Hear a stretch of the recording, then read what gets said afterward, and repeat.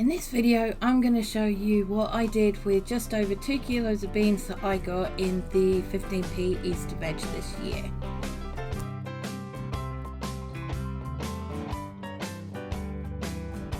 So this year in the UK, several supermarkets decided to mark down bags of veg to 15 to 19p a bag.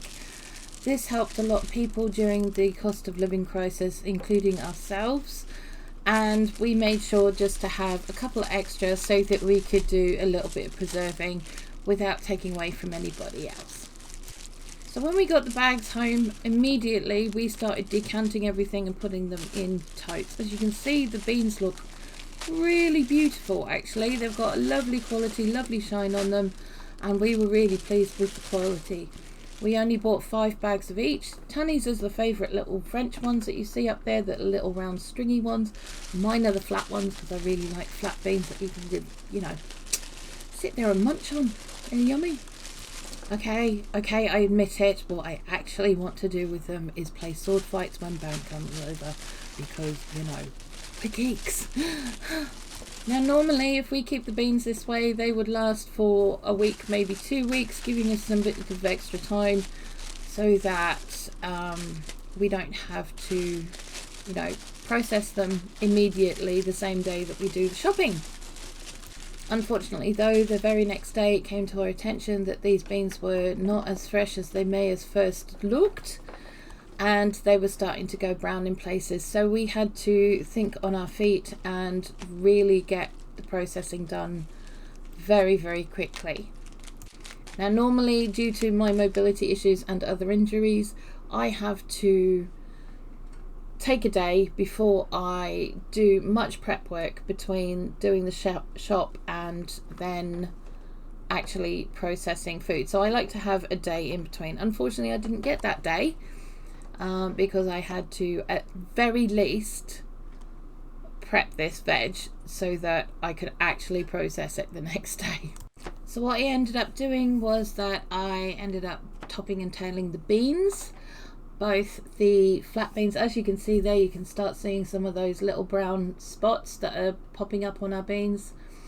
There's literally less than 12 hours later, the very next morning when we'd noticed, and yeah, so it is what it is though, and we're not complaining. We've still got quite lovely things out of these beans and we've managed to make the most of them.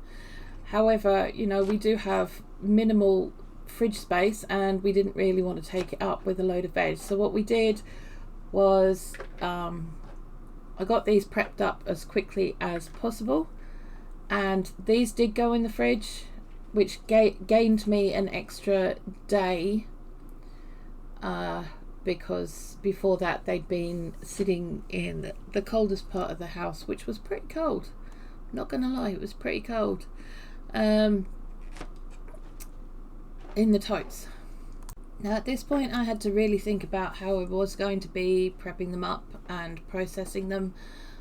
I didn't have as much time as I'd wanted to really prepare for what I was going to be doing, so I had to think on my feet. We don't have a lot of freezer space. I really didn't want to take up everything with freezer space, but unfortunately that was pretty much our best option at the time. Although Tanny was home and I could have water bathed a lot of this stuff, I chose not to due to the added work that we needed to do, because there was a lot of other things that we were doing while Tanny was home off work. Now my personal preference for if I'm experimenting and trying new things is to always buy veg that is on offer, or that's a little past its best, you know, that you can get a bit cheaper from the markets, etc. Which, you know, if you try new things and you can get the ingredients for a lot cheaper, you're not going to cry as much about it if it goes horribly wrong. So that's why I do it. And then if I do like what we've done, then we're going to not mind paying full price for the ingredients. Now my plan had been to pickle some and to ferment some and to try possibly dehydrating some, etc. However, Yeah, freezing did tend to be the best option for us in at this time. And as you will see a little later, I did add them to another dish that I was making with some other veg that we'd had to save at the same time as doing this, which is why the board looks like it's been used, because this was the third lot of veg that we'd had to prep up on this particular day because it was going off already. So as you can see, I've prepped the flat beans in two different ways. One in diagonal slices and the other just topped and tailed. It was more to give myself a bit of option when, you know, finding something to do, because I was feeling a little bit overwhelmed at this point, to be honest, and that was about as fancy as I got with that.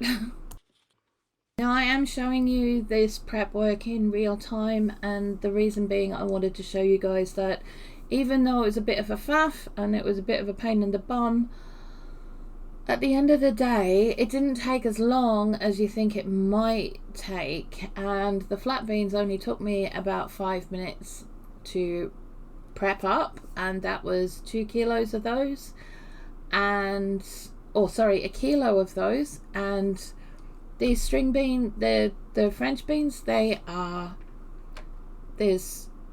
a kilo and 1.2 kilos. And again, all I've done with these is I am just topping and tailing them, because I'm just at this point planning on just blanching them off and putting them in the freezer, because it's going to pay off in the end just to do that much for now. A lot of the veg that I do get and that you see me working with is bought on offer, or it's bought at different markets when it's marked down. And the reason for that is that number one, it's cheaper at the end of the day, but number two, I'd rather do things like this when it's a little bit cheaper than at full price at the end of the day, because if you're buying the fresh beans and things at full price, you can buy them cheaper frozen. I don't particularly want to buy them frozen. I'd rather freeze them myself and know that the process that they've gone through and etc. and that kind of thing. And also it helps me to expand my skills and to relearn skills and to hone those skills, if that makes sense. Now on this particular day I decided that the French beans were just going to be topped. Now the term topping and tailing means to take the top bits off and the bottom bit off, and that is it. Now the top is where the stem is, the bottom not where the stem is. It's the furthest point from the stem. But as you can see, I can snip these off quite easily with my thumbnail, and I don't need any fancy equipment, lots of knives or anything like that. I'm just snipping off the stemmy bit and chucking them in the box ready for the fridge. Now, as you can see on these beans as well, they are also developing those little brown spots, which is why we're doing this in the first place. Like I said, this is less than 12 hours after we brought them all home, and we're not best pleased. Let's be honest. They might have been cheaper, but they shouldn't be going off like this as quickly as they have done.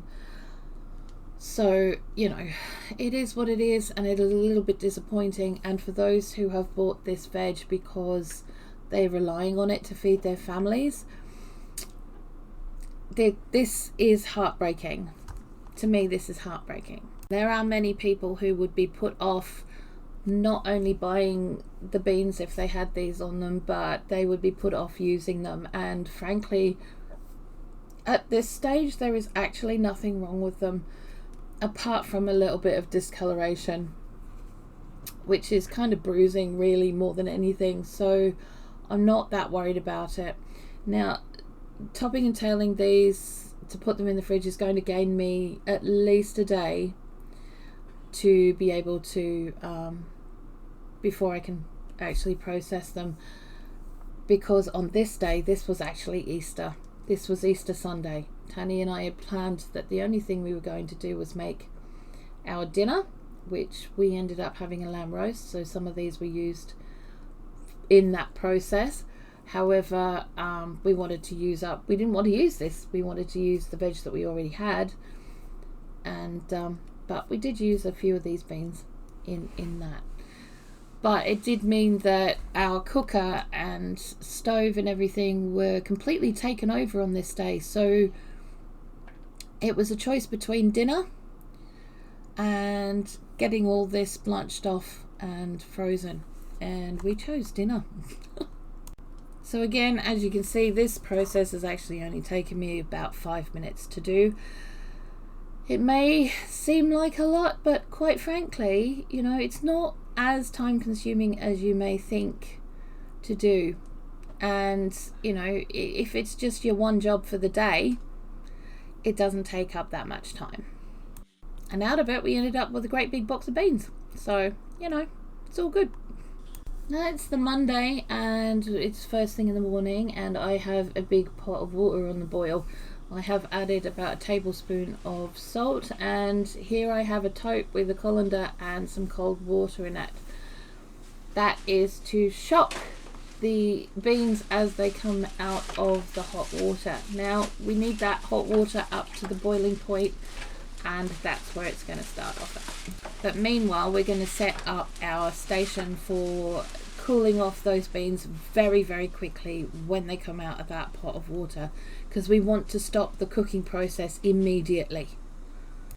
So into that tub of water, I have just added some ice, and the ice that we had in the house, because we didn't have any other ice. And I've had to, at this point, send Tanny up to the shop to get some more ice, because this is only going to do the beans, and then it'll be melted. Now we've done all that, our water's at the boil, and we are going to pop in our beans, or our first batch of beans. Now most people will tell you this needs to come to the boil and be boiled for a minute. Nah, maybe we're blanching them, we don't want to cook them. Now I know, because of doing this for a long time, that if I leave this until it goes back to the boil and leave it for a minute, those beans will be mush. So I wait until they turn a little bit of a brighter green, and then I pull them out.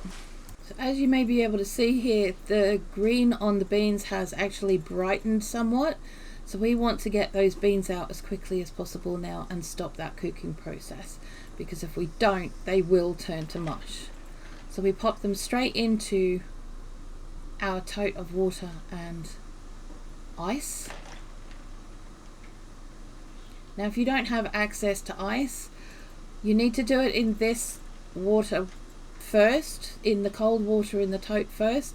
Then I would get them in a colander as fast as you can, and then into the sink that is filled with cold water, which is what I ended up doing for some of the other veg, because we just couldn't get enough ice for everything.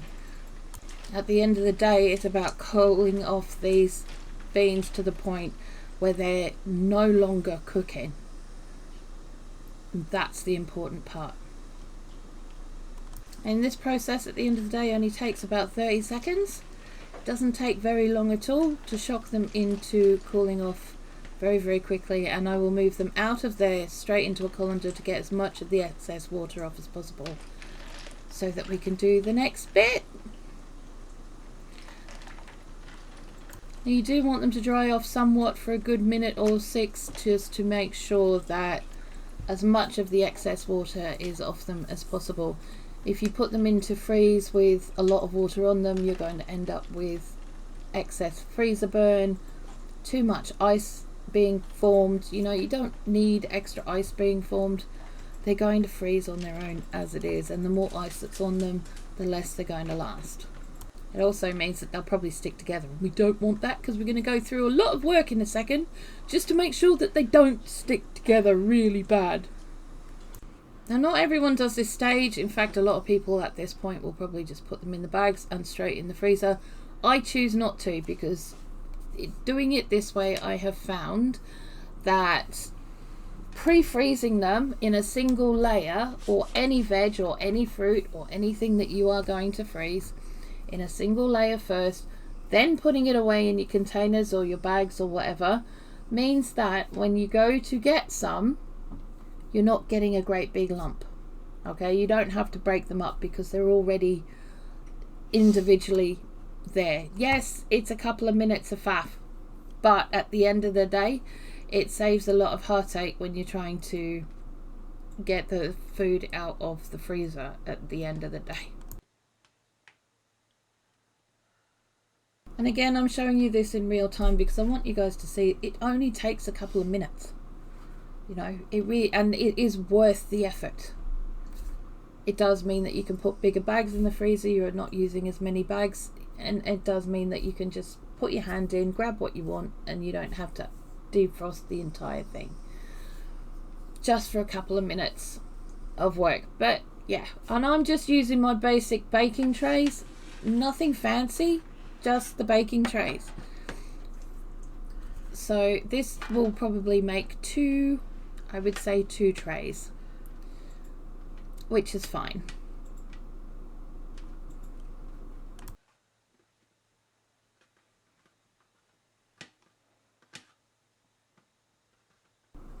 Now, having your food in a single layer on this does mean that it does take a few baking trays, let's be honest. And yeah, it's just as well I've got a spare because it does take 3 after all.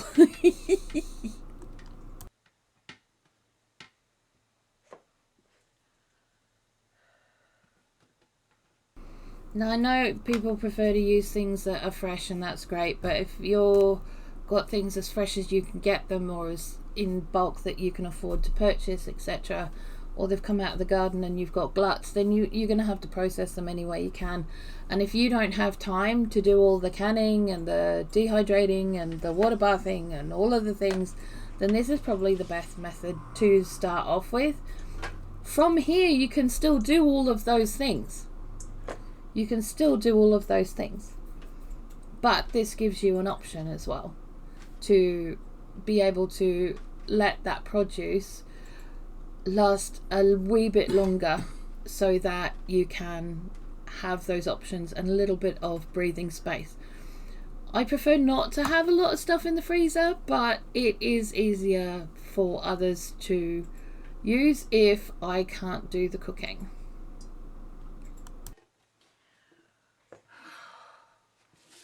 Now, because this tray isn't as full as the others, any of the others that have a little few too many maybe, I'm going to pop on the other one just to be a little bit more persnickety, because apparently I can do that and I have time on this day for some reason. I don't know, don't ask me, it's just I'm being a bit OCD. Maybe I'm doing it because of you guys, I don't know. Once I have finished faffing around with them, all I'm going to do now is I'm going to put them one on top of the other and straight in the freezer as they are, just like that, and they will freeze in my freezer. Well, it depends on your freezer as well, but it takes about an hour and a half in mine. And ta-da, here they are, they're done, they're already done. There we go, and straight off into the plastic bag. But as you can see, they lift off really nicely, they're all individual, and you can just grab handfuls instead of having to defrost the entire bag to get a couple of beans out, and that makes it, for me, worth the effort. Now, if you are going to do this method, please do double check underneath the base of the baking trays, because occasionally you will get a bean or whatever it is that you're freezing stuck on the bottom from the tray beneath. But that's okay, because they pop off really, really easily. It just worked out that way, that's all. I mean, this is a gallon bag that I'm using, which holds about 2 kilos.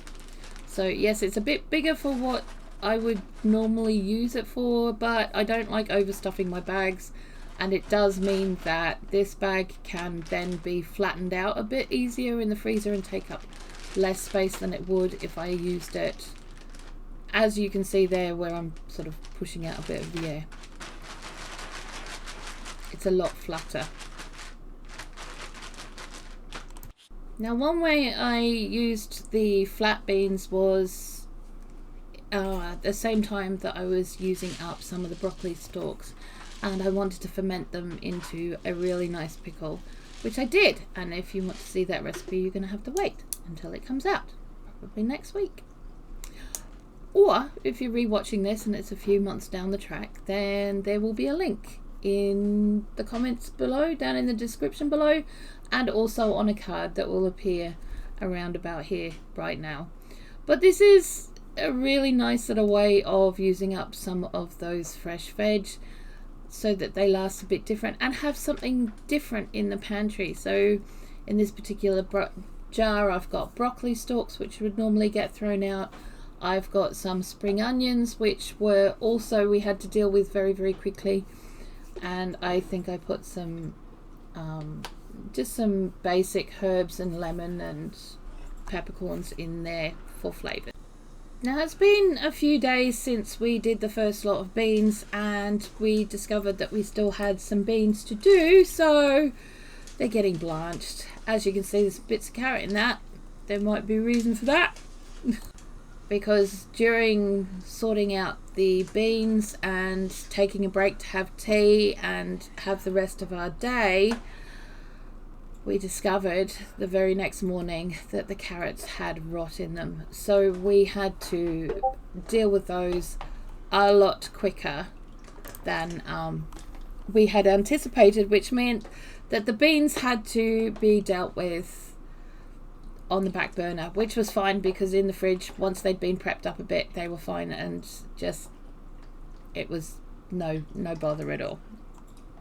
Now, with these ones, I had hoped to maybe pickle them, but you know what, at the end of I did these on the weekend on Sunday, so a week later, and frankly I was over it, and I just wanted to just get them out of the way, that I didn't have to worry about them anymore. So I chose to freeze them this time. But as like the full French beans, I have decided to put them on baking trays. And it only really took up one tray because there wasn't a lot of them. I'd only done half the batch of the beans this way, which was fine, and that's not a problem. So I was able to place them quite easily. I was hungry by then too, yes, so quality control had to be done. Paste them as single layered as possible. There you go, they're all beautiful and ready for the freezer. So in they go. They're going to be left overnight because at this point it was late in the day. Which brings me to today. It is Monday the 8th of April and as I am doing this, it is 4:30 in the morning, and I just got up early to finish everything off and bag everything up so I can get my day started. So I have my brew, I have the bags, I'm just doing all of the things because our freezers are pretty full of baking trays at the moment. I'm not gonna lie to you, and in future videos you will see why. Oh my goodness. But yeah, so I just wanted to start my day by getting everything bagged up so I didn't have to worry about all of that later on, because I have a lot of things that I need to get on with today. Now, I've got one of these really cool little bag stands. Can I just say, they're brilliant, and they clip the little baggie on so that it works as an extra pair of hands, so you don't actually have to hold on to the bag. Now, these beans have been in my freezer overnight, and as you can see, they are a beautiful green colour still. They're not overly solid, which is fine, that's not a problem. But they're all individually able to be put in the bag. And now that is why we do this. That is why we do the baking tray method, so that we can have everything go in there without too much of an issue at all. The only other thing that I will say to this now is that please don't forget to label your bags, and if it will make your life so much easier if you do it before you put anything in the bag, All you need to do is put what's in it, because you know some people actually don't know what's in it. Even if it's very obvious to you, it may not be obvious to somebody else, and put the date on it. That's all you need to do. Now, if you've really enjoyed this video, I want to thank you for watching and giving me your time. Please do give the video a thumbs up, and if you're not subscribed to the channel, please subscribe, and you'll be able to see what else I got up to with the rest of this veg from this particular shop. You know, we did get some really good veg out of this, and there's lots more to come. So, and share me with your friends, because you never know, they might get something out of the video too. I will see you guys later on. Have a really awesome rest of your day. Bye bye.